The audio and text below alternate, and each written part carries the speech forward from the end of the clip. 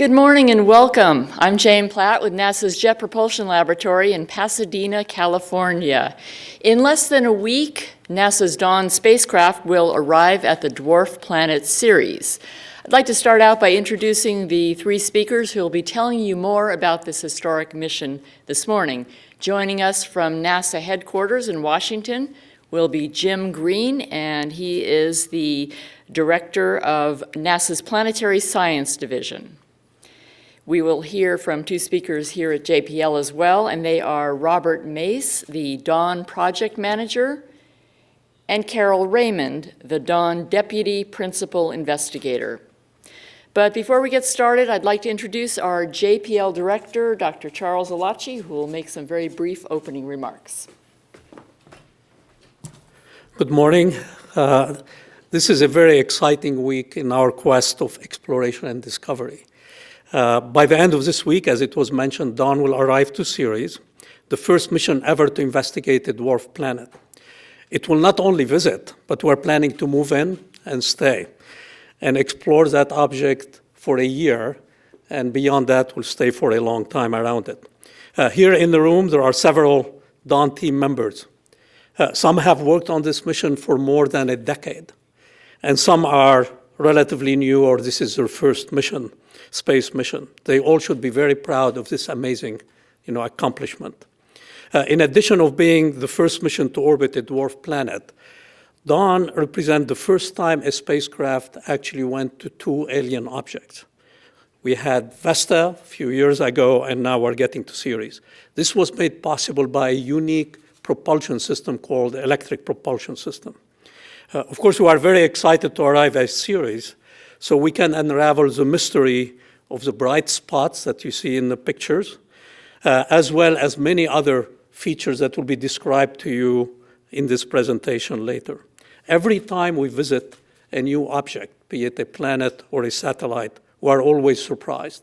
And we're looking forward for more surprises that we are going to find as we are exploring Ceres. This morning you'll be seeing images, new images and rotation movies of Ceres presented by the speakers. Dawn is one of almost 20 missions that managed by JPL that are exploring the solar system and beyond. We are out there to answer fundamental questions about how our solar system originated and changed over time. So now please join me in welcoming Jim Green, the Director of Planetary Science at NASA headquarters.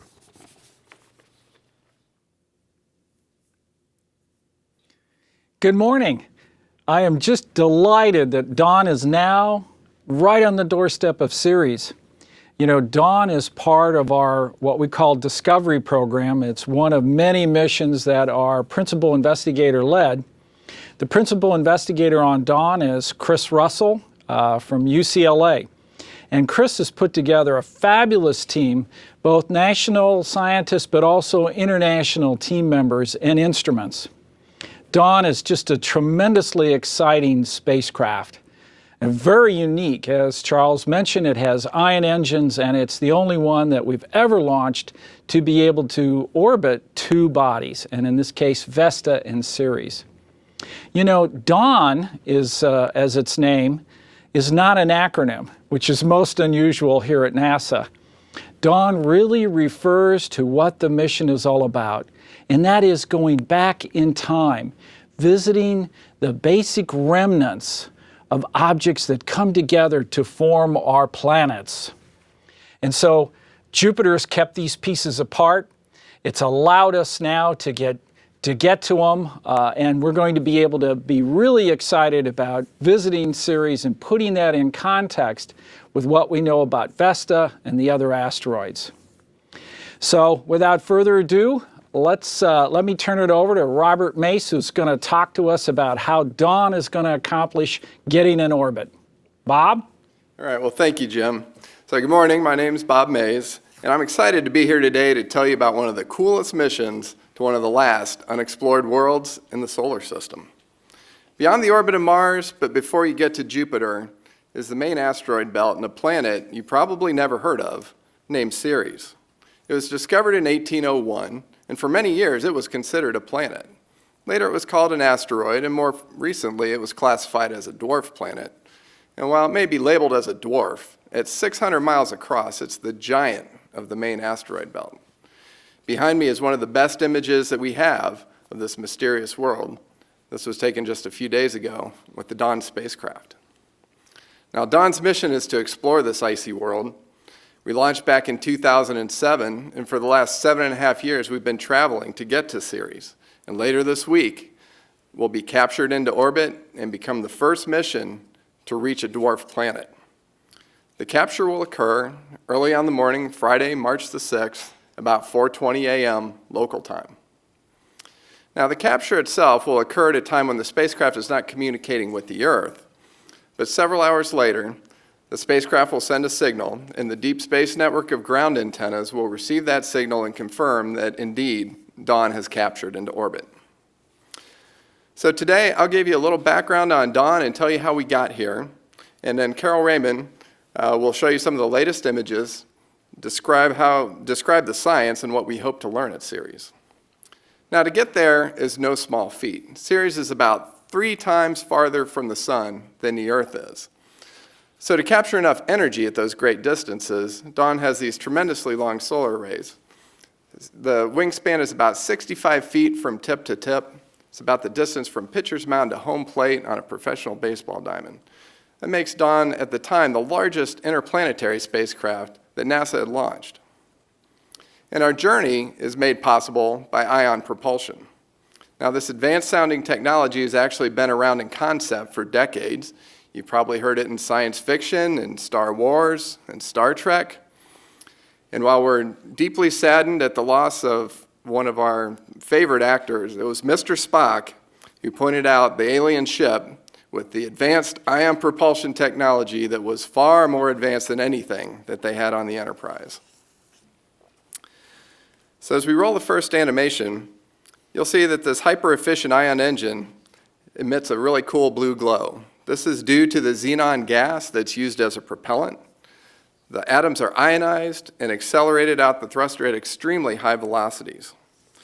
Now, the ion engines produce very low thrust, about as much as this piece of paper pushing down on my hand, which, to put it in terms that we can relate to, we go from 0 to 60 in about 4 days.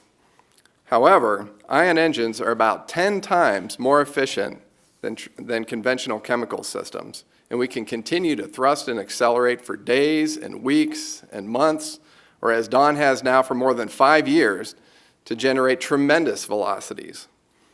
So with the 1,000 pounds of xenon propellant that was loaded on board, Dawn has already accomplished more than 24,000 miles per hour of velocity change. Now, to put that in context, that's more than it takes to get a vehicle from the surface of the Earth up to the International Space Station. This ion propulsion enables us to do things and go places that would be either extremely expensive or completely impossible to do. So Dawn really capitalizes on this innovative technology to deliver big science on a small budget. So now Dawn and Ceres are each traveling around the sun at thousands of miles per hour, but relative to each other, they appear to be moving very slowly. As we roll the next video, you'll be able to see the spacecraft ease up next to Ceres and be gently captured into orbit. At its closest approach, Dawn is within about 25,000 miles of Ceres. That's about 10 times closer than the moon is to the Earth. Then over the next month, we'll reshape the orbit, and we'll get ready to begin the prime science phase. So note that the spacecraft approached on the lit side of the planet and then went over to the dark side. So we've been taking images over the last several weeks as Ceres was nicely lit up in front of us. However, we're now on the dark side, so we're going to have a blackout for about the next month until we get back over towards the lit side of the body. But then the floodgates are really going to open when we get to our first science orbit in late April. Now, if we can roll the third animation, you'll see that once the prime science campaign begins, the mission profile will alternate between taking data with all of our instruments and using the ion engine to spiral down to lower and lower orbits. Our mission designers have planned a sequence of 4 lower and lower orbits, and we'll get to our final orbit in December of this year at just 235 miles above the surface. Again, for context, that's just a little bit lower than the International Space Station orbits around the Earth. So from this vantage point, Dawn will acquire its highest detail and highest resolution images of the surface. The Prime Science campaign will last through June of 2016, which will provide enough time for Dawn to accomplish all of its scientific objectives. So to wrap up, the spacecraft's in excellent condition. The approach has gone flawlessly so far, and our outstanding team has Dawn on course and on schedule for its rendezvous with Ceres. So I'll now hand you over to Carol Raymond to explain the significance of this mysterious world that we're about to explore. Carol. Thank you, Bob. Good morning, everybody. Wow, Ceres has really surprised us and produced, the first images have produced some really puzzling features that's gotten the team, and I think many people very excited. So in the first movie that I'm showing, this is a movie that was obtained on February 19th when the spacecraft stopped thrusting, turned its camera towards Ceres, and watched Ceres for a full 9.1 hour rotation. It has a resolution of about 4 kilometers per pixel, or about 2.2 miles per pixel. And one of the first things you notice looking at it stands out very clearly is how round Ceres is. And Ceres' roundness is one of its planetary characteristics.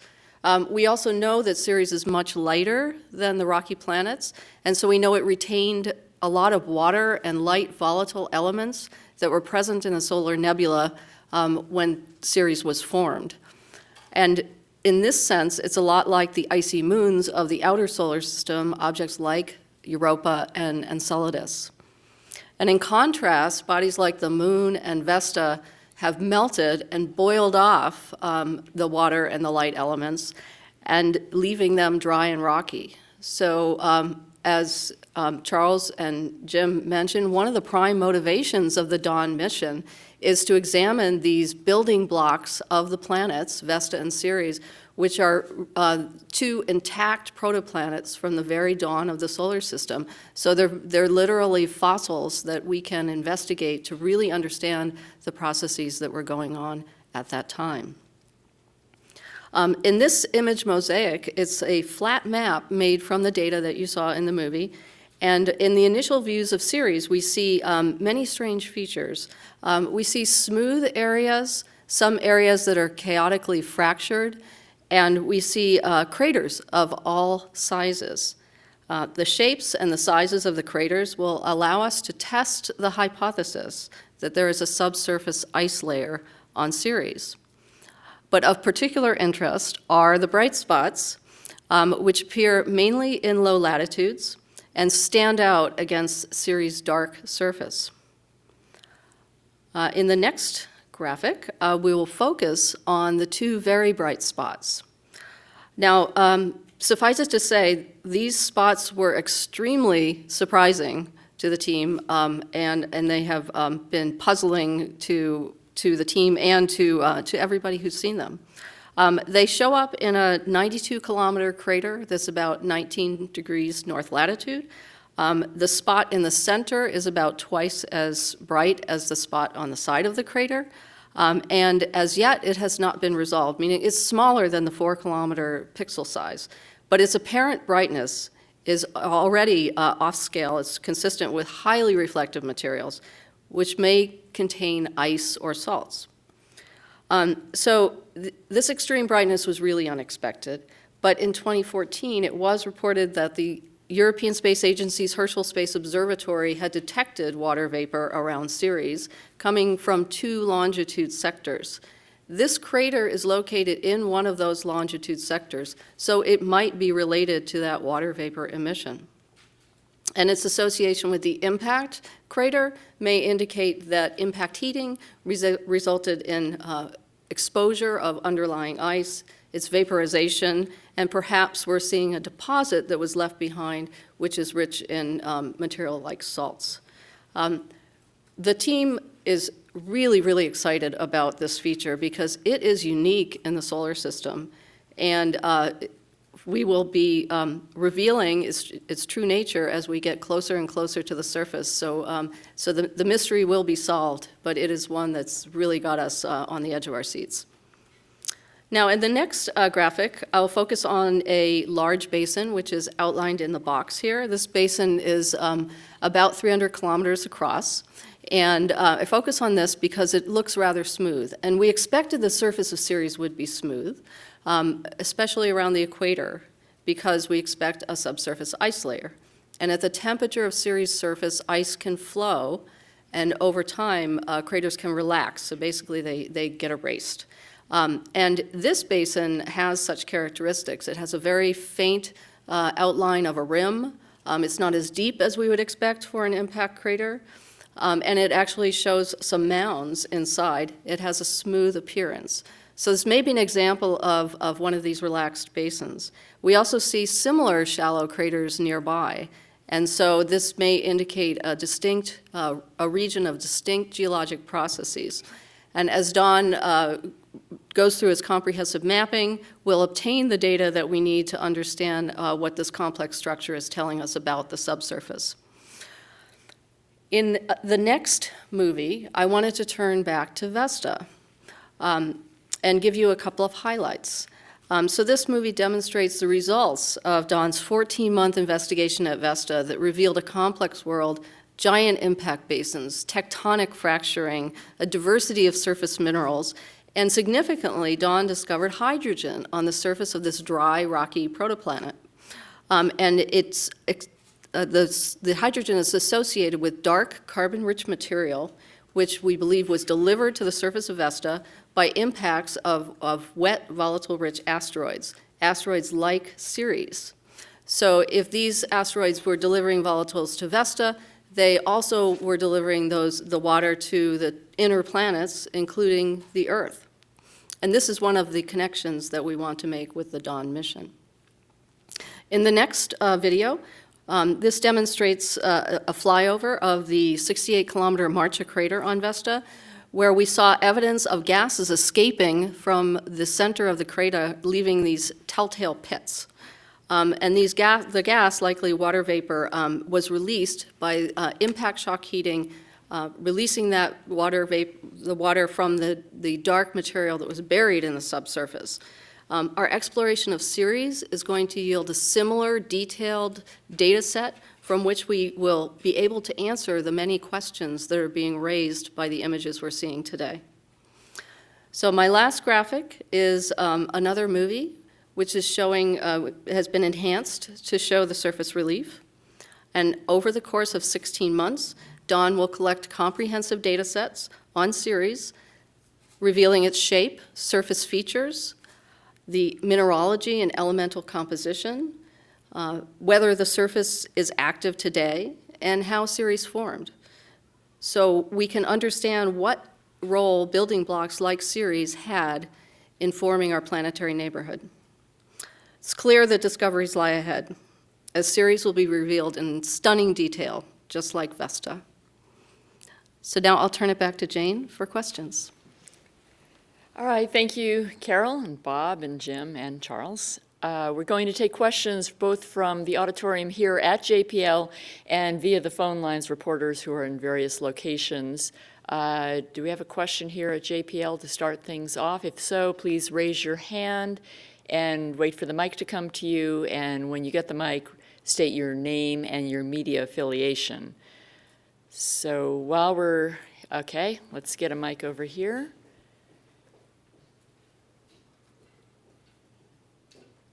And I should mention that if you're on the phone and you would like to ask a question, please press *1 so the operator can get you into the queue.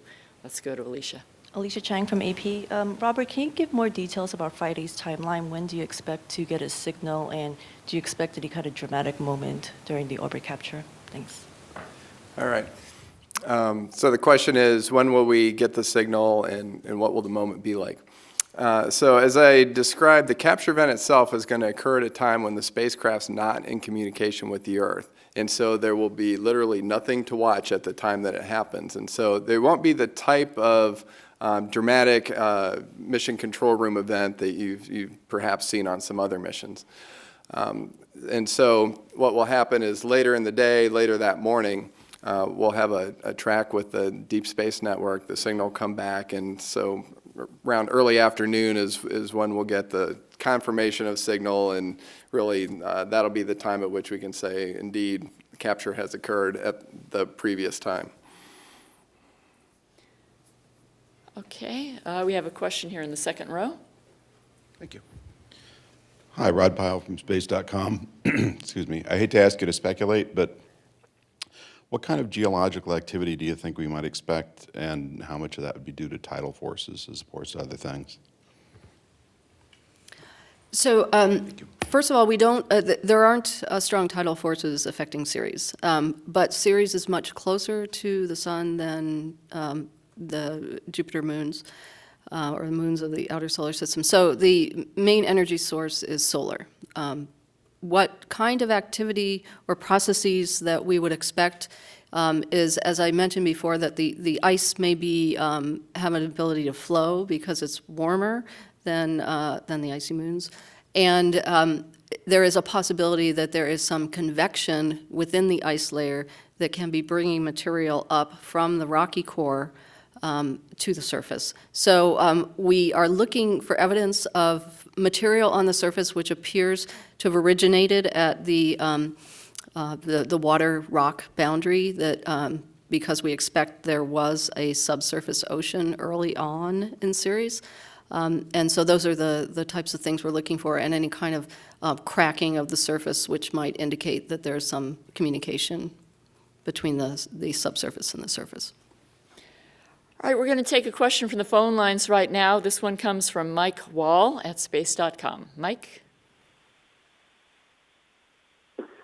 Oh yeah, hi guys. Thank you for doing this. This is really exciting for all of us. We're finally going to get a look at Ceres. And yeah, I mean, you mentioned, Carol, that there were plumes kind of observed on Ceres. And yeah, I mean, do you guys have any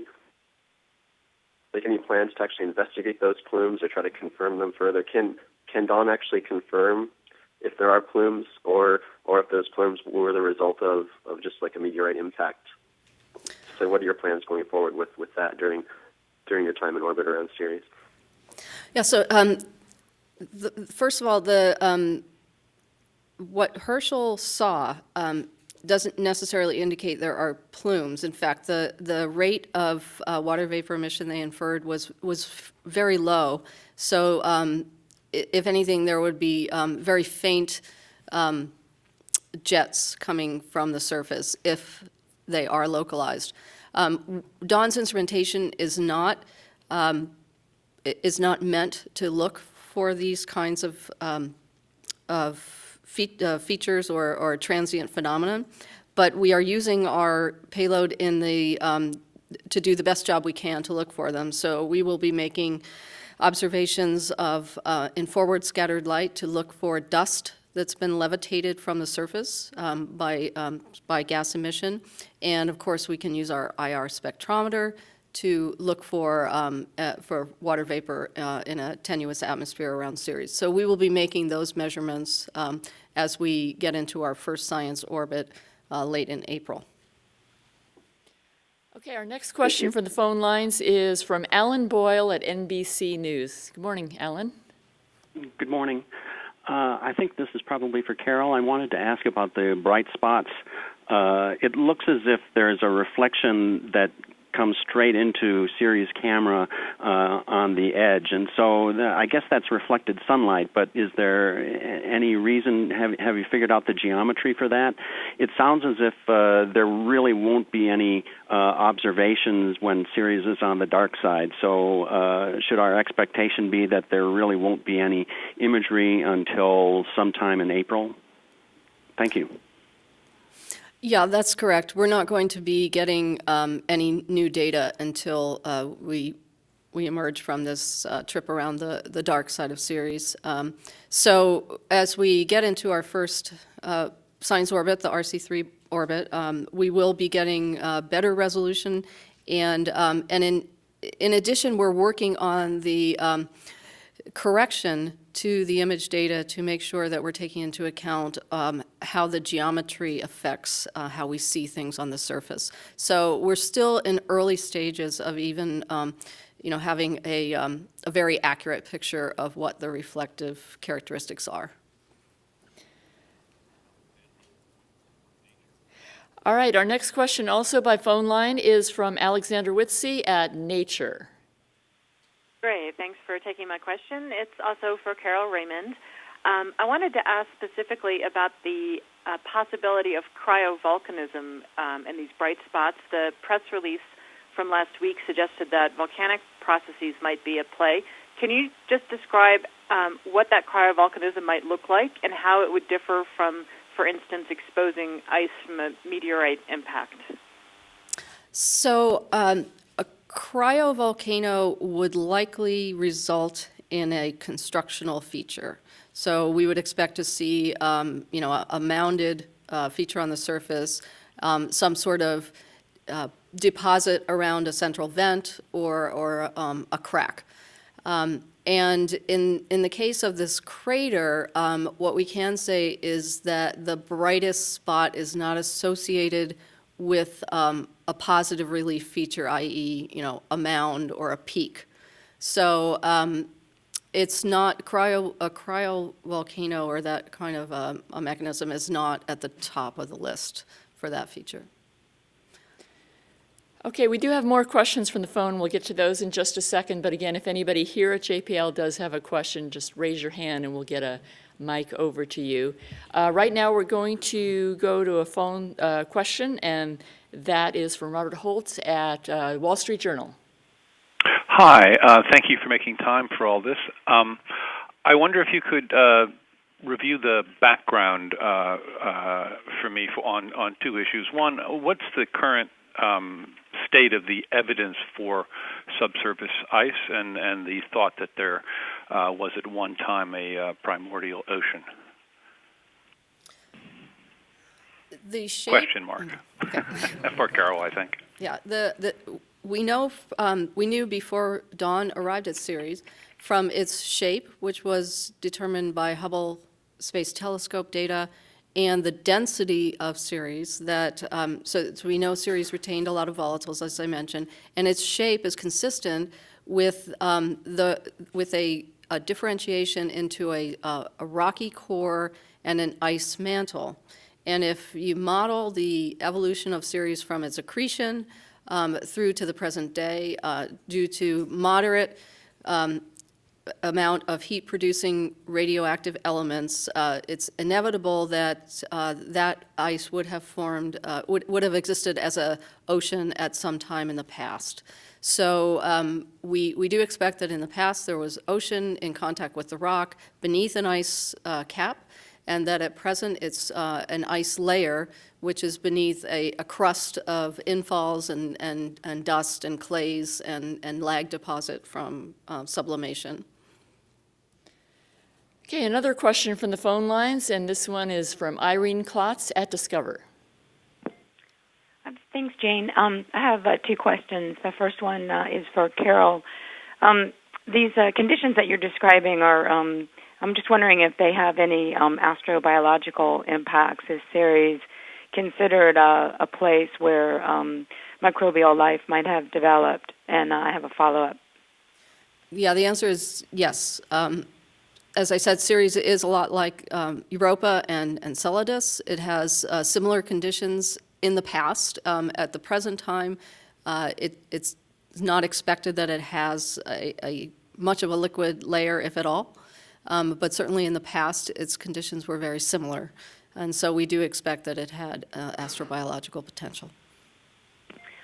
Thank you. And one other science question is, with the New Horizons mission to Pluto going to be happening in a few months from now as well, I'm just wondering if you might be able to give us some context for understanding how to think about these primordial bodies, one obviously closer to the sun than the other, but what the relationship is between these various building blocks that are kind of left scattered throughout the solar system.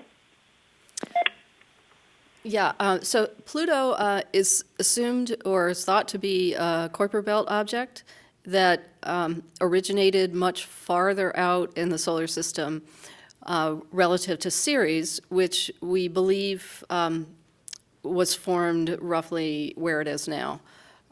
So in that sense, Ceres being an inhabitant of the inner solar system was probably made of slightly different material, and its history is a little bit different, whereas as Pluto is a captured object from much farther out.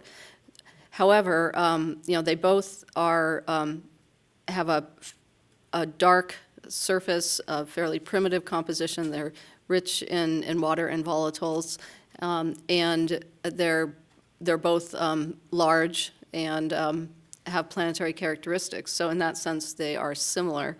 But I think time is going to tell as we investigate these two objects really what their similarities and differences are. I believe we have a this is, question also Jim from Jim Green. Green. Yeah, this is Jim Green, and just wanted to make a comment on that. Indeed, New Horizons will be flying through the Pluto system on July 14th, with the data coming back several hours later, actually in the morning on the 15th. And we're going to immediately start making comparisons. It's also a substantial body, although Ceres is 950 or so kilometers in diameter. Pluto is more than twice that. It still is, we believe, full of volatiles, a lot of water ice, and we're eagerly waiting to see that so that we can make comparisons and see what kind of connections there may be, as Carol said. Okay, thank you. And we've got a couple more questions on the phone lines, and we will take a few from social media as well. Let me start out, though, by going to Leo Enright on the phone from Irish TV. Thanks very much, Jane. Indeed, thank you for all your years of helping us cover these extraordinary events. I had a couple of questions about the white dots and the Herschel results. It was my impression that the white blob seemed to be still lit right at the terminator.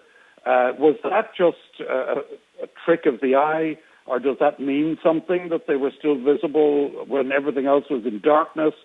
And my other question was related to the Herschel results. Could you explain just a little bit more how close or how well you can calibrate the Herschel results? Do you think that your instruments would be able to detect that amount of water vapor in a tenuous atmosphere? Okay, thank you. On the first question, as I said before, we're not yet at the point where we have completely calibrated data. It is somewhat surprising that you see the bright spot as it's on the terminator, but we don't know, we don't have accurate slope information, and we need more details before we can really understand the significance of that. I'll leave it at that. As far as the Herschel observations, they detected water vapor emission at 6 kilograms per second, and the team has modeled such an emission coming from a distributed area, and is confident that our observations with our infrared spectrometer at the limb of Ceres could detect such an emission if it were present. So we do have the ability to confirm that observation if that activity is still ongoing.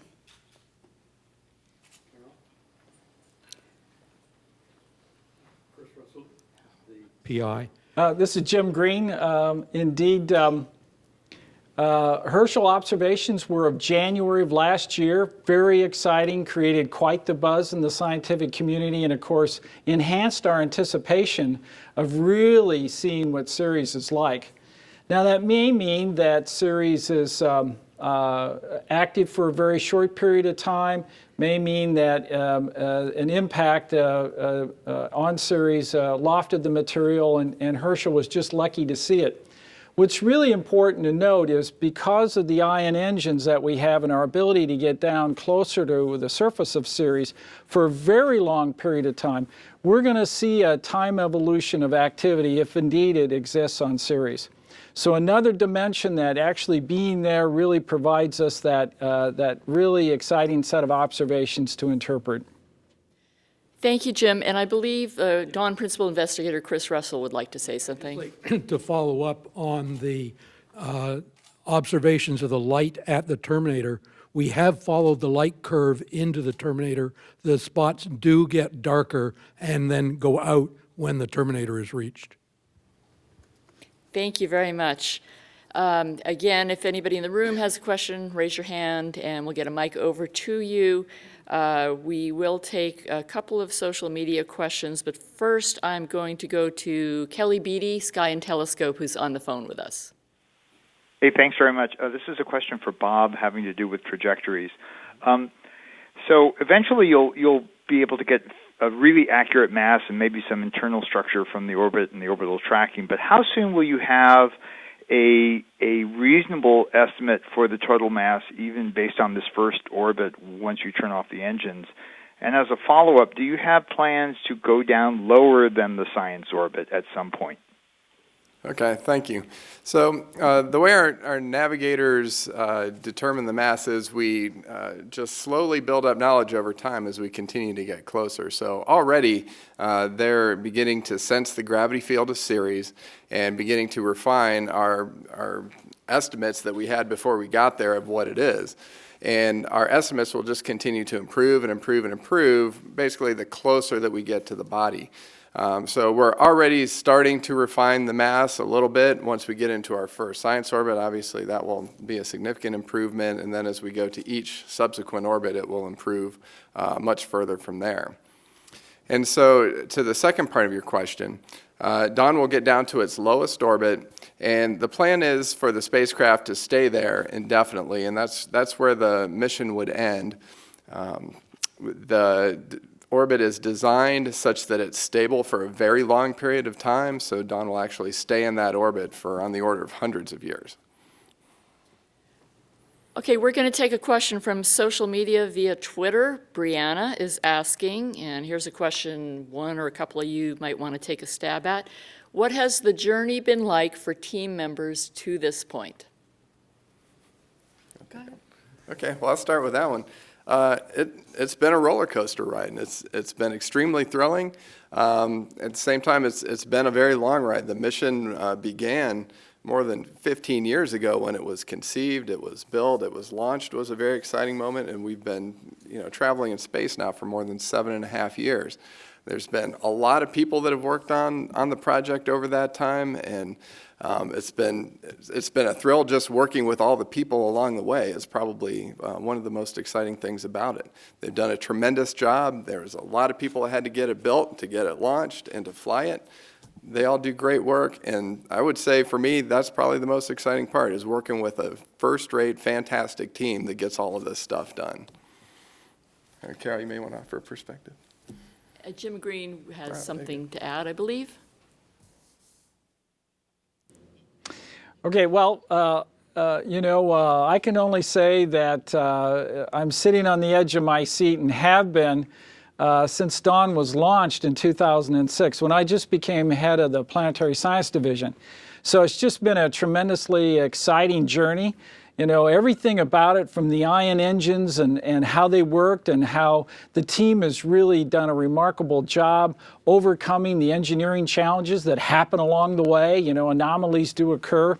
And now we're right at that stage of getting captured in orbit and seeing a brand new world for the first time.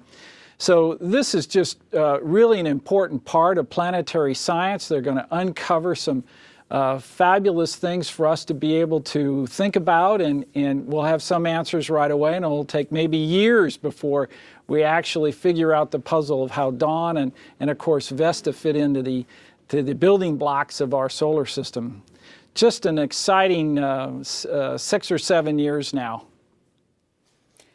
Thank you. And our next question is from Ken Kramer, America Space, and he's on the phone. Hi, thanks for taking my question, and good luck to everybody. It is very exciting. So my question is, from the data that you have so far, from the images you have so far, I wonder if you see any surface changes or any changes in these bright spots. And I'm also wondering why, if you can speculate, why are these bright spots only inside the craters, not outside? And will you be looking for plumes with the cameras, not just with the IR? Thank you. Okay, so first off, we have not seen any changes in the images that we've taken thus far. The very bright spots, as I discussed, are located inside of a crater, but there are other bright regions or bright spots on Vesta which show rayed structures emanating from a central crater, and some spots that may not be related directly to a crater. So there are other types of features which show brightness variations, but none as bright as the spots within that crater. And then as far as the last question, we are looking for, as I mentioned, any dust levitating from the surface, which would have been lifted by gases coming out of Ceres. And so we are looking for those with the camera. We're going to take another social media question from Twitter. Space References has a question that I believe has not been touched on yet today. How is the hypothesis that Ceres has a very thin atmosphere doing? Too early to find out more about this?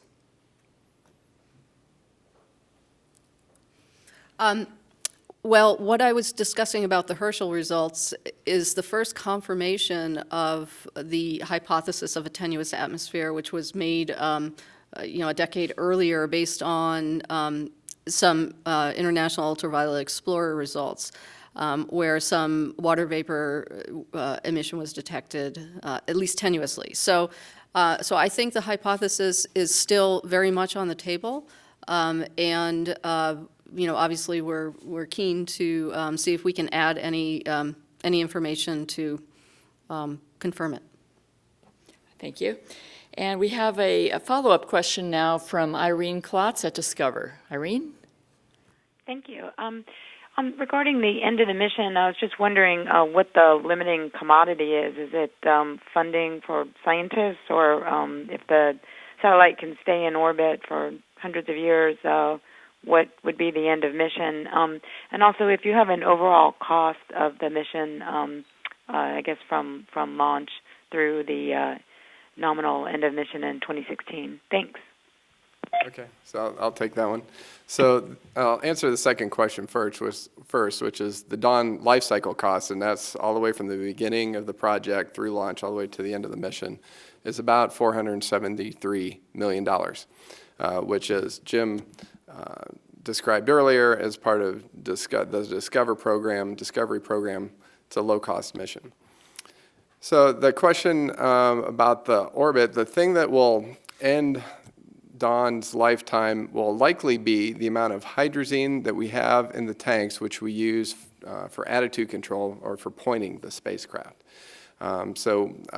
We use it all of the time to point the spacecraft towards the planet so that we can take images, to point it back to Earth so that we can relay all that data back down to Earth.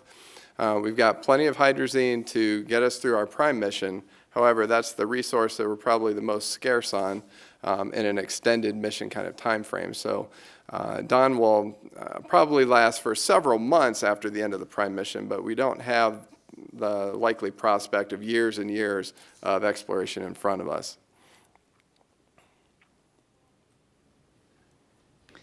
Yes, this is Jim Green, and indeed, as Bob mentions, we have to get through our prime mission.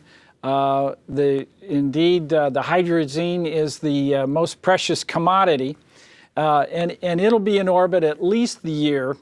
Then we'll take stock at how much is left, what are the new questions we need to answer, and whether Dawn is in a position to answer it. And then we would go through a process of that evaluation and then give them the go-ahead. But it would have been wonderful if indeed it had plenty of hydrazine and would have lasted for 2 or 3 years. And that, of course, is dependent upon what it would observe. But I'm sure it will observe some really exciting things.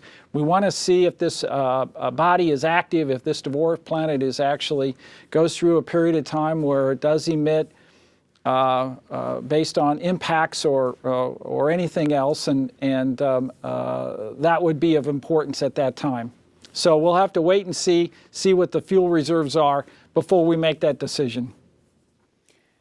Okay, I want to just do a quick last call, make sure I haven't missed anybody in the room here at JPL. And I believe we've taken care of all the callers on the phone. So let's wrap up with one final question from social media. This one came in via Ustream.